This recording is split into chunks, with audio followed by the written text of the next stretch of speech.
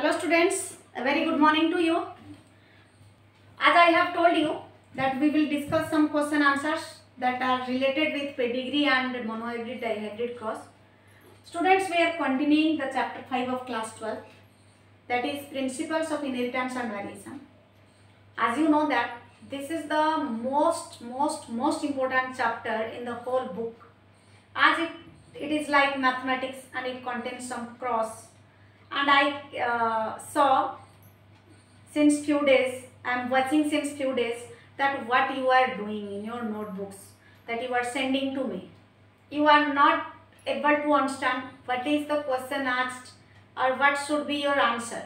Today I will explain and discuss with you how you should able to complete or able to do a question that is related with pedigree. Okay students, तो मैं आपको आज हिंदी में समझाऊंगी।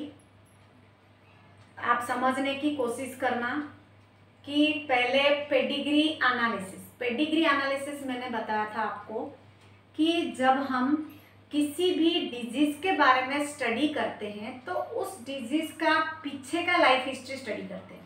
तो pedigree analysis का मतलब होता है study of life history of और study of 5 to 7 generations back in a family tree means or in a family।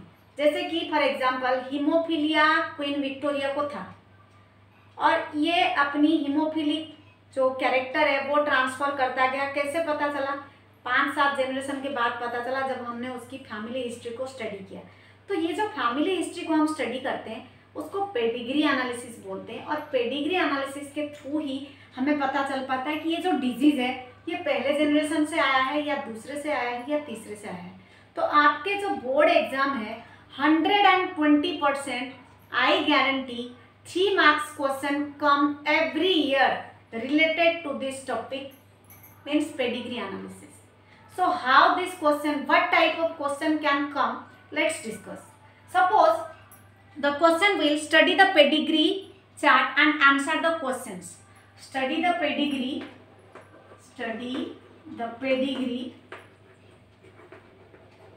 and answer the questions.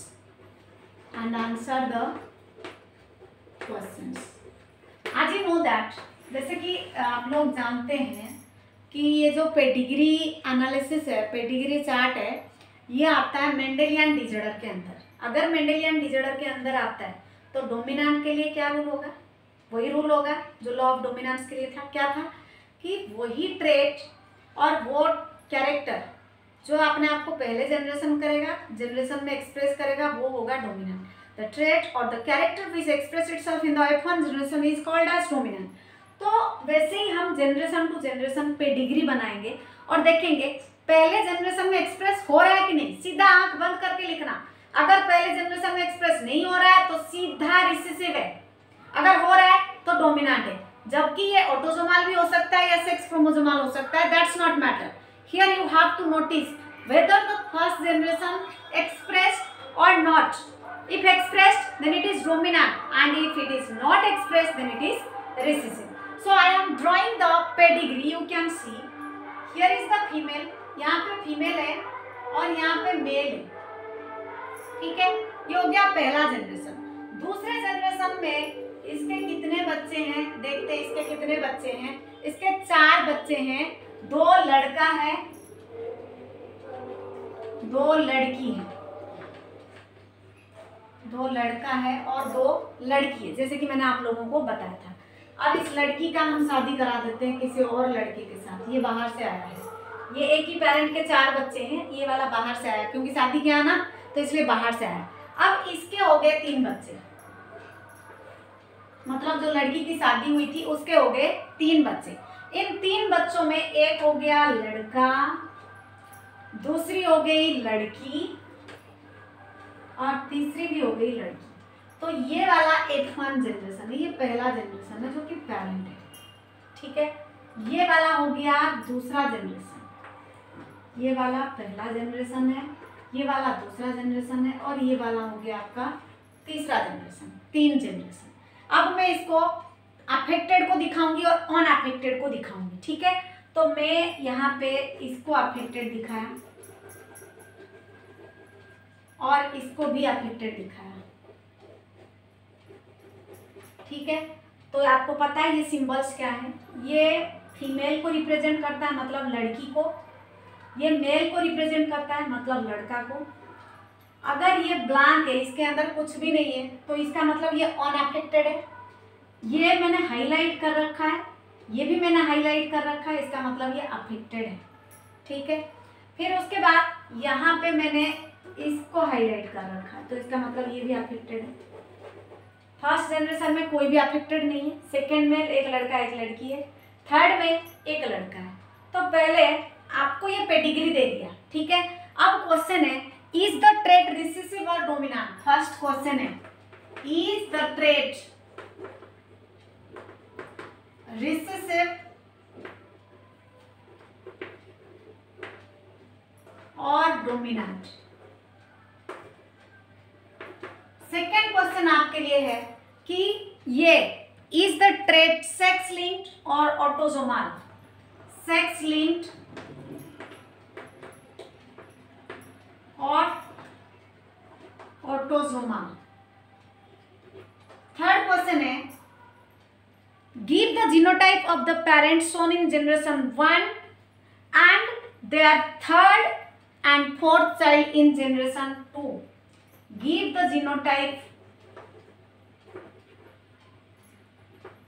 of generation 1 and third and fourth child of generation 2।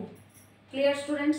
सो आपके लिए question यही है, ये जैसे कि मैंने बोला है ये 3 नंबर का क्वेश्चन आएगा, इसकी गारंटी मैं दे रही हूँ, 120% गारंटी। आपको ऐसे डायग्राम दिया होगा, एग्जैक्टली ऐसे मैंने सिखा रखा है, ये फीमेल, ये मेल, ये अफेक्टेड, ये अनअफेक्टेड। अब हम क्वेश्चन करते हैं, इज द ट्रेट रिसेसिव और डोमिनेंट? आप बताओ मुझे कि क्या होगा, डोमिनेंट होगा कि रिसेसिव होगा?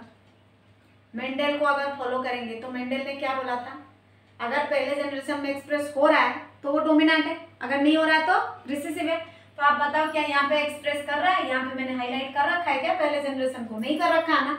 तो ये बीमारी कौन सी हो गई, डिजीज हो गई रिसेसिव और डोमिनेंट? It is recessive. तो आपका आंसर क्या लिखना है? पहला आंसर है ये रिसेसिव है, आपको मिल गया यहाँ पे 1 नंबर, ठीक। दूसरा पूछा है सेक्स लिंक्ड और ऑटोसोमल। मैंने और एक बात बताई थी जब मैंने चैप्टर पढ़ाया था कि सेक्स लिंक्ड अगर होता तो एक पर्टिकुलर सेक्स अफेक्ट होता, मतलब या तो सिर्फ फीमेल दिखाता हाईलाइटेड, फीमेल अफेक्टेड होता या फिर मेल होता। पर यहाँ पे आप देखो एक ही जनरेशन में फीमेल भी अफेक्टेड है और मेल भी अफेक्टेड है।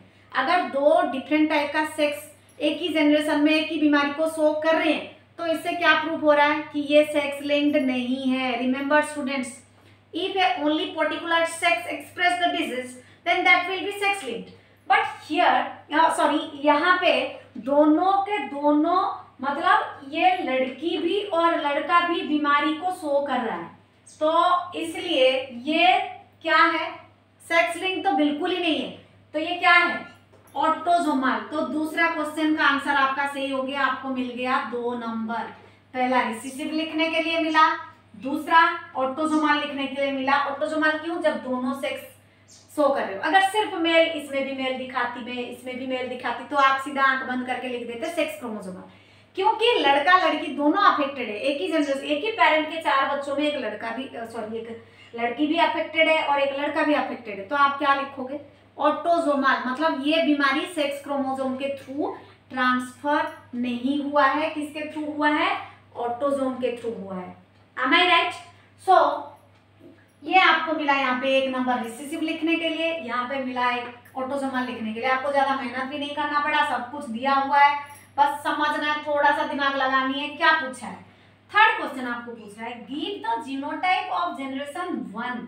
जनरेशन 1 का जीनोटाइप लिखो और साथ में सेकेंड जनरेशन का थर्ड और फोर्थ चाइल्ड का भी लिखो। तो अगर मैं इसका दूंगी, ये first, second, third, fourth, fifth, sixth ऐसे देंगे, पर इसका पूछा है तो इसको मैं 1 2 नहीं लिखूंगी, ये हो गया फर्स्ट चाइल्ड, ये हो गया सेकेंड चाइल्ड, ये हो गया थर्ड चाइल्ड, ये हो गया फोर्थ चाइल्ड। हमें किसका किसका पूछा है, थर्ड और फोर्थ। इसका मतलब हमें इसका निकालनी है और इसका निकालनी है क्या, जीनोटाइप। ठीक है, तो निकालते हैं। जैसे कि हमें पता है कोई भी ऑटोसोमल डिजीज अपने आप को जब हेटेरोजाइगस होता है तब एक्सप्रेस नहीं करता है, याद रखना। सपोज इसको मान लेती हूँ मैं, ये सिकल सेल एनीमिया है। ठीक है, इसको मान लेते हैं हम सिकल सेल एनीमिया है, HbS जब होगा तो ये अफेक्टेड नहीं होगा। चलो ये अगर कंफ्यूजन हो रहा है आपको, मैं सीधा ए और ए ले लेती हूँ। हमें क्या पूछा है, जीनोटाइप पूछा ना, ये दोनों दिखा नहीं रहे रूट बीमारी को, एक्सप्रेस नहीं कर रहे, तो यहाँ पे मैं लिखूंगी हेट्रोजाइगस, कैपिटल है स्मॉल है, कैपिटल है स्मॉल है। अब आया समझ में, हेट्रोजाइगस कभी भी एक्सप्रेस नहीं करेगा, जो एक्सप्रेस करेगा वो होमोजाइगस होगा। क्लियर, तो होमोजाइगस में कौन सा आता है देखते हैं। तो ये ए हो गया, ये भी अनअफेक्टेड है, सीधा आंख बंद करो, ये लिखो, ये अफेक्टेड है तो इसके लिए आप क्या लिखोगे, होमोजाइगस। ठीक है, ये भी अफेक्टेड है तो इसके लिए भी होमोजाइगस। अब इसका पूछा है, इसका आप क्या लिख सकते हो, इसका आपकी मर्जी, आप कुछ भी लिखो, क्योंकि एक्सप्रेस नहीं कर रहा है तो चलो हम यही लिखते हैं, कैपिटल है स्मॉल है, और ये भी कैपिटल है स्मॉल है, ये भी एक्सप्रेस नहीं कर रहा है। तो इसका जो एक बच्चा अफेक्टेड हुआ दिखा रहा है और ये दो बच्चे अनअफेक्टेड दिखा रहा है, तो इसका मतलब जब क्रॉस हुआ होगा तो इसमें से एक ए आया है और इसमें से एक ए आया है, और ये दोनों इसी में आए हैं, इसमें नहीं आए हैं, इसलिए ये दोनों एक्सप्रेस नहीं कर रहे। तो जीनोटाइप क्या हुआ, थर्ड चाइल्ड का जीनोटाइप। यहाँ पे हमें पूछा है ना, पहले जनरेशन का हमने जीनोटाइप लिख लिया, तो पहले जनरेशन का जीनोटाइप क्या है, जनरेशन 1 का जीनोटाइप क्या है, कैपिटल है स्मॉल है एंड कैपिटल है स्मॉल है। सेकेंड जनरेशन का थर्ड चाइल्ड का जीनोटाइप क्या लिखा हमने, थर्ड चाइल्ड का है कैपिटल है, और फोर्थ चाइल्ड का है कैपिटल है स्मॉल है। अब इसके लिए आपको मिल गया 1 नंबर, कितने नंबर मिल गए, 3 नंबर। कितना आसान है, इसमें समझने वाली क्या बात है, हमेशा याद रखना कोई भी ऑटोसोमल डिजीज होगी ना तो हेट्रोजाइगस एक्सप्रेस नहीं करेगा। हेट्रोजाइगस मतलब जब एक जीन के अंदर 2 डिफरेंट एलीलीज होंगे, ठीक, अगर दोनों एलीलीज सेम होंगे तो वो बीमारी को एक्सप्रेस करेगा। Clear, clear students, so you will get 3 marks for this cross. Next, let's do another cross to see how the disease transferred from one generation to another. So here I have discussed one question which gives you 3 marks. Next question is study the pedigree chart and answer the questions. Study the pedigree chart and answer the questions. Same. तो question number 1 पूछ रहा है कि पहले तो pedigree हमें बनानी है, एक फीमेल है, ये वाला मेल है, ठीक है। अब इसके कितने बच्चे हो गए, इसके हो गए 4 बच्चे, सेम 4 बच्चे हो गए, 2 लड़का हो गया और 2 लड़की हो गए। अब फिर लड़की की शादी करा दिया किसी और लड़के से, फिर इसके 3 बच्चे हो गए। इन 3 बच्चों में एक हो गया लड़की, एक हो गया लड़का, तीसरा भी हो गया लड़का। ये है आपका डायग्राम। फिर इसको अफेक्टेड दिखा दिया, ये अफेक्टेड है। फिर सेकेंड जनरेशन में एक लड़का और एक लड़की अफेक्टेड है। थर्ड जनरेशन में एक लड़की अफेक्टेड है। क्लियर है बेटा। तो अब पूछा है कि ये वाली जो है, पहले आप बताओ, पूछेगा ये ऑटोसोमल है या सॉरी डोमिनेंट है, रिसेसिव है। मुझे पता है आपको आता है बेटा, आता है ना आप लोगों को। तो ये वाला सीधा लिखोगे, ये पहला जनरेशन है, ये दूसरा है और ये तीसरा है। तो आप क्या लिखोगे, ये डोमिनेंट है या रिसेसिव है, ये डोमिनेंट है। क्यों, क्योंकि पहला जनरेशन एक्सप्रेस कर रहा है। दूसरा क्वेश्चन पूछेगा ये ऑटोसोमल है या सेक्स लिंक्ड है, आप बताओ। दोनों सेक्स अफेक्टेड हो रहा है ना, तो क्या होगा, ऑटोसोमल। तो दूसरा आंसर लिखोगे, पहला हो गया ये डोमिनेंट है, पहले क्वेश्चन का आंसर हो गया ये डोमिनेंट है। दूसरे क्वेश्चन का आंसर हो गया ये ऑटोसोमल है, क्योंकि बोथ सेक्सेस एक्सप्रेस कर रहे हैं। थर्ड क्वेश्चन आपका पूछा है, give the genotype of the parent shown in generation 1 and there third child shown in generation 2। Generation 2 का थर्ड चाइल्ड है ये, और ये जनरेशन 1। तो आप इसको ये लिखोगे कैपिटल है स्मॉल है, क्योंकि हेटेरोजाइगस कभी एक्सप्रेस नहीं करेगा, और ये कैपिटल है होमोजाइगस एक्सप्रेस करेगा। तो इन्होंने अपना जो जीन दिया, सॉरी एलील्स दिया, ऐसे होगा कैपिटल है स्मॉल है, कैपिटल है स्मॉल है, कैपिटल है कैपिटल है, कैपिटल है कैपिटल है, देन दिस इज कैपिटल है कैपिटल है, कैपिटल है स्मॉल है, कैपिटल है स्मॉल है, कैपिटल है स्मॉल है। आप आराम से लिख सकते हो। तो हमें पूछा था पहले जनरेशन का और थर्ड चाइल्ड का, तो हमें क्या लिखना है, थर्ड चाइल्ड का है कैपिटल है, और फर्स्ट जनरेशन का कैपिटल है स्मॉल है, कैपिटल है। क्लियर है बेटा? तो ये ऐसे ही क्वेश्चंस आएंगे, आपको इससे रिलेटेड आंसर देनी है और जीनोटाइप लिखनी है, कोई कंफ्यूजन नहीं है इसमें। ठीक है, तो नेक्स्ट हम पढ़ेंगे डाइहाइब्रिड और मोनोहाइब्रिड क्रॉस, इसके बाद। क्लियर? तो आज के लिए आपका यही 2 क्वेश्चन आप करो, फिर और करेंगे हम कल।